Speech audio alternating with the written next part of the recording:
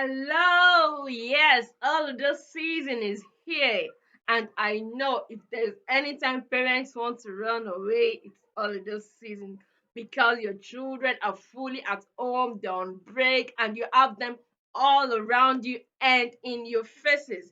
So today I'll be giving you tips on how you can survive the holiday season, especially if you have a child with special needs. So holiday time is actually a time children look forward to because it's a time they're able to see families, eat new food, visit new places, explore, have all the fun they can have before the school resumes. And for us as parents, it's a time when, oh, we feel like running away because we just have to have the children in our faces and going here and there for them to ensure we make it all fun for them. I know it can even be more overwhelming as a special needs parent because you need to understand your child, you need to manage your child, you'll be having visitors, visiting new places, and it can be overwhelming for your child. It can be a sensory overload for your child. Before I show you what to do this holiday, I want to say thank you to my subscribers. I really appreciate you. Thank you for supporting me. And if you are new here, you need to subscribe to this channel.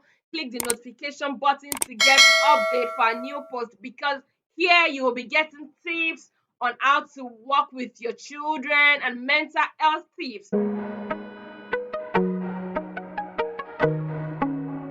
So number one tip is that be unique in your own way.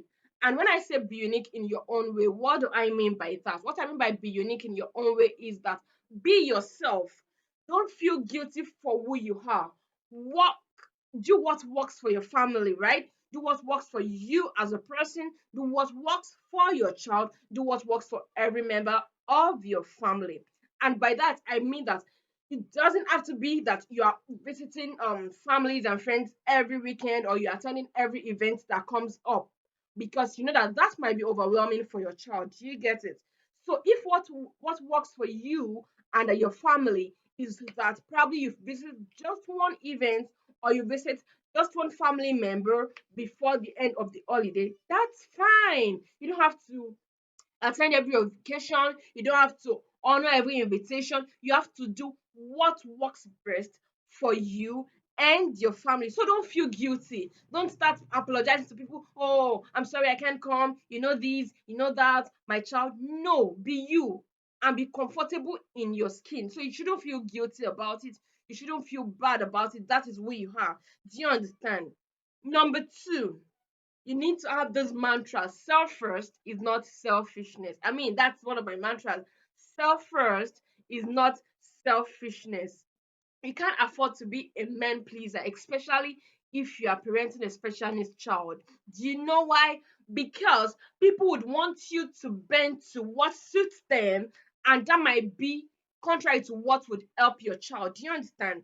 So, for example, everybody wants to go out, they want to visit a noisy place, and you know that even if your child on um is on headsets to help reduce the to help reduce the noise, the intensity of the sound, it still might not work, right?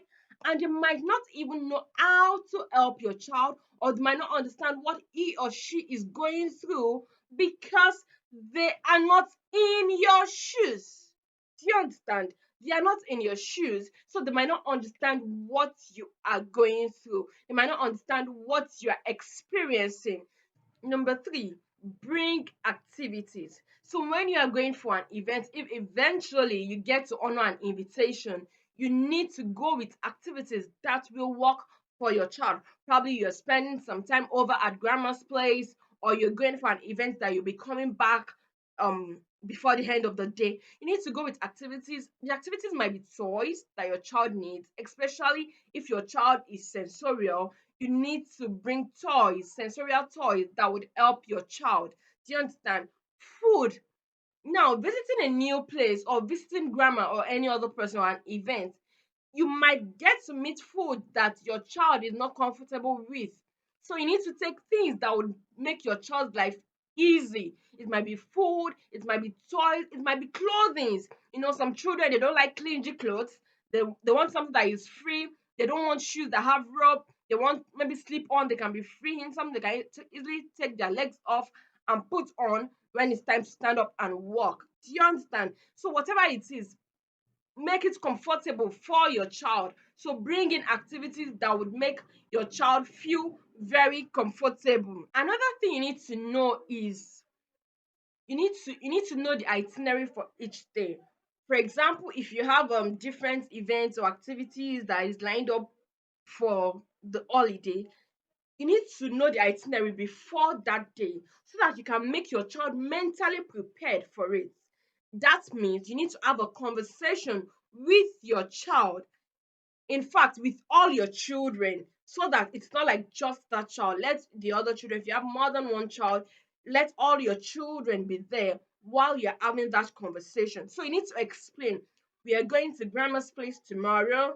While we are at grandma's place, this is what we will be doing. So don't let anything that's not planned come in. Make plans with them. Let them know. So if it might even mean you reading a social story to them, so that they are prepared for what they'll be encountering, and so that they can give the appropriate behavior in whatsoever situation they are in.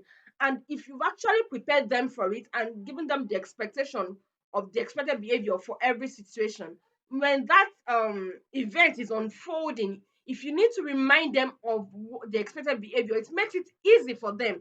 It won't be as though you're just teaching them. It will just be like you are doing a reinforcement or a reminder of what is expected, of the behavior that is expected at that time. I don't know if you understand what I'm saying.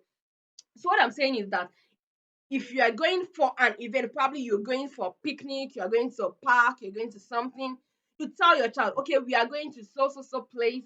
We'll be there by 8 a.m. or by 9 a.m. From 9 a.m. to 10 a.m., this is what we'll be doing. From 10 to 11, this is what you'll be doing. These are the kind of people you'll be seeing. You'll be seeing your cousins. If you have pictures of those cousins, peradventure your child have not met them before, even if your child have met them before, if you have pictures of those cousins, of those nephews, of those nieces, of those aunties, you need to show your child, right? You need to show your child. So let your child know that these are the people that will be coming across at the event. Then if your child is verbal, you might need to remind your child how to exchange pleasantries with them, how to greet and all that. Now, when you're going for this event, you should have your support team on standby, or in fact throughout your holiday, have your support team on standby. Remember in my last video I talked about the 3S you need to have as a special needs parent. You need, one of the things I said is that you need to seek support, right? So I want to believe that by now you have a support team. So have your support team on ground. Have your support team on ground, have them on standby. If peradventure you need to leave that place for a moment, your support team will be there to manage your child. You shouldn't give your child to somebody that does not understand the peculiarities of your child or how to manage your child. I don't know if you understand what I'm saying. So you need to make sure and ensure that your child is safe with whoever he or she is with at the time, and that person understands how to manage your child. Have you subscribed to my channel yet? Click the subscription button and the bell to get notification for our subsequent posts. And if you've not watched my previous videos, I think you need to watch them. They are very important if you are a special needs parent or you have a child around you that you are managing.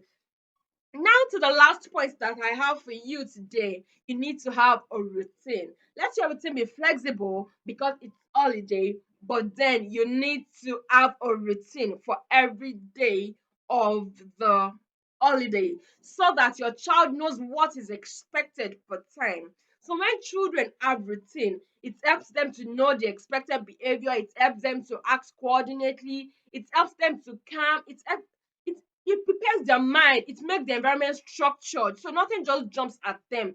They are well prepared for whatsoever is coming in. And aside that, it helps to prevent regression, especially when your child has a therapist that is working with the child during school period, but then the therapist is on break during the holidays. So you need to have a routine so that you can ensure that those skills that your child learns during the holiday are being maintained so that there is no regression. Do you understand? Let me cite an example of a concern that a parent raised with me during the last holiday in December. So after about 2 weeks that the school was on break, these parents called me and was unpleased and was complaining that why would my child be regressing after 2 weeks that the school has gone on break. And I told him, I said, sir, that's because you're probably not reinforcing all those skills that we've learned during the school period. And he totally admitted that, oh, that's true. So you need to have a routine so that while your child is on break and enjoying him or herself, you can actually have to visit, even for 1 hour, 2 hours, as the case may be. You can have to visit those skills that has been learned during school period so that there is no regression. Thank you very much for listening to this episode. Have you subscribed to my channel? Subscribe and click the notification button to get updates for our subsequent posts. Thank you. Till I see you later. Thumbs up.